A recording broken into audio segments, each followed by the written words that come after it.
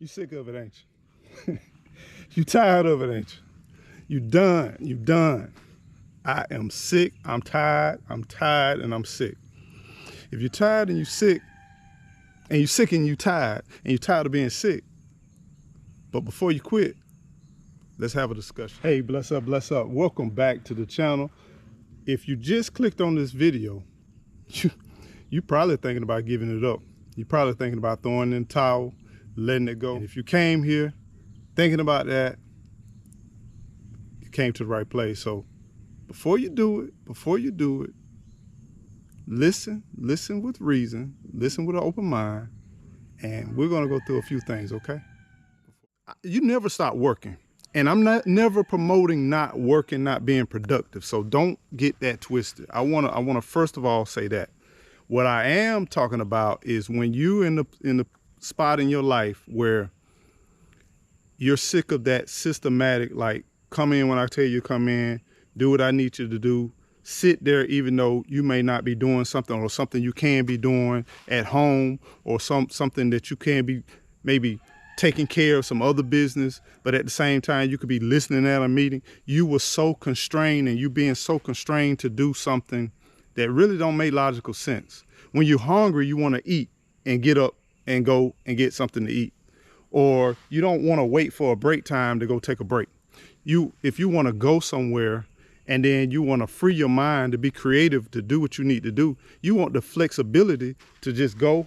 And if I need to go and take a walk and think about some ideas and come back and being productive, I'm not locked into a time frame. I'm not locked into either an office, or I'm not locked into a cubicle or a workspace where I am just so limited to sit here at this desk, or to physically go here, or to be in this truck, or to be in this car for 8 to 12 hours, and I'm just locked in, and I can't be creative, and I can't move and be mobile and do what I really like to do. So let's talk about that. That's what I want. What do you don't like about your job? Let's talk about the aspects, the things that you don't like about your job. Some of the things you don't like about your job, I want you to jot them down, list all of the things that you don't like about your job, things that you absolutely don't like. And then I want you to also write on the other side some of the things that you do like about your job. And then let's take a look at it, and let's identify some of those situations. Some of those things that you don't like about, can you change? Can you effectively change some of those things? Can some of those things be discussed? Can some of those things negotiated in a way where you can probably configure it where you can have a balance? Because regardless, y'all, we got to work. You're going to have to provide some resources, because if a man, and it's not talking about a physical man, it's talking about if a human, if a man don't work, he do not eat. He or she do not eat. So we understand this concept. We all have a work, we all have a purpose. We got a purpose to do, and we got to work. First of all, another thing, there's never enough money. I don't care how much money you try to save, there's never enough money to do anything. You can go and say, I'm saving up 6 months, I'm saving up 8 months, I'm saving up a year. You still will find ways to deplete your funds, especially if you're starting from the ground level, you're starting a business, you're doing a new environment. You may be doing like what we're doing, buying some land, and it's undeveloped land. You're gonna run into hurdles and challenges that you never even thought about. And it's gonna cost you more and more. So there's never enough money, but you need to have some money until you can get your foot in your ground. And you got to make your self-evaluation to say, hey, within XYZ amount of days or months, I should be able to make some kind of substantial living, or I should be able to sustain myself and my responsibilities over a certain period of time. Set those as your goal and be realistic and be real.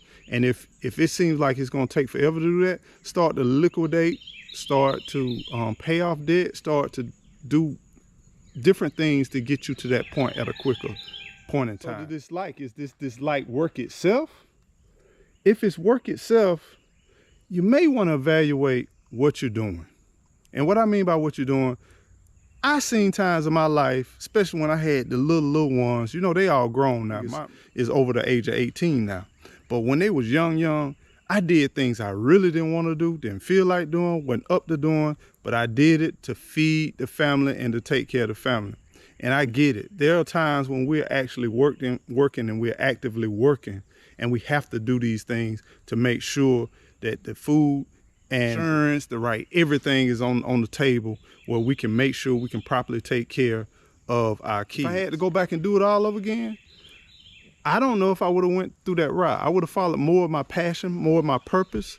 I would have did something I still enjoyed doing. I would have started that before I had kids. I would have started that like at the point where in the beginning, I would have did more things I really like and then learned how to monetize those things that I like. It's the environment. The reason why you just sick of it, it's the environment. You hate to be around. There's certain types of jobs. I remember, let me put this disclosure, nothing negative about people that work in a manufacturing environment.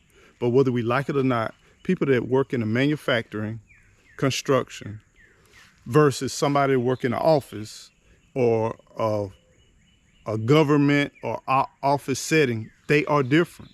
Whether we like it or not, they're different. And there were certain environments that I just simply did not agree with. And those environments, it was a tone, it was an environment, it was a setting the tone of the conversations, it was the interactions, it was the toleration of this person has this skill set and you just need to follow it and you just need to do it no matter whether they got good personal skills, no matter whether they're a good leader, whether they're an effective leader, whether they're a manager. It was certain jobs where they just had the production up, they had the numbers up, and they was in leadership and they came to work. And then you had other jobs where I just knew this person and I knew this person and knew this person and knew this person. And they had no skill set, no nothing, but they still led the situation. So every environment is a little bit different. Some environments I had, time I came on, I just went, oh. I just grieved before I would get there at the location, sit in my car. And when I sat in my car, I would just cut off the music, lay my head, really prepare myself for that day, prepare my mindset, and then go in before everybody else go in, and then go sit in my place just so I could just be by myself to get myself together. There was those environments. And if that's your environment, that's what you're running into, change your environment, Because the biggest thing that I don't want you to do is to leave unprepared. Because remember, you gotta have a plan. You gotta be prepared. I felt like I was on the top of my pinnacle, right? In my professional career, I had reached the highest point that I could possibly reach because the only thing else was maybe 1 or 2 steps. And most of those were like, I had to be either appointed, a few other positions that I could have got. There was only this 1 or 2 options. Somebody had to die or somebody had to go leave their job, and they were younger than me. So the likelihood in them retiring, letting it go, but they weren't too much younger than me. It was one of them kind of mixed in things. This was like the best that they've ever had, ever achieved. So they were just getting comfortable. They were new in their positions. And it was clear that I wasn't a part of that team or that vision. And so there was only 1 or 2 options. Either I had to stay and wait and hope for opportunity after either they leave or retire that I might have an opportunity, or I had to leave and go find something else. So I chose the option, had to leave. Network internally and externally. The reason why I said network internally as well as externally, you just talk to some people and just say, hey, do you know of any opportunities that may be there? Or even you speak to your direct report, or if you don't feel comfortable speaking to your direct report, you might even want to talk to some other people and get familiar with networking with some other people where you can talk to. And I'm not talking about people that can't be decision makers, people that can't hire and fire. I'm talking about people who can make decisions, get to know some of the other teams or some of the other management teams, some of the other departments, learn a little bit about the other departments, and internally reach out to some of those, especially if you got a great company, you got a great environment, you got a great situation, this company is good, you wouldn't mind working or staying with this company or this organization.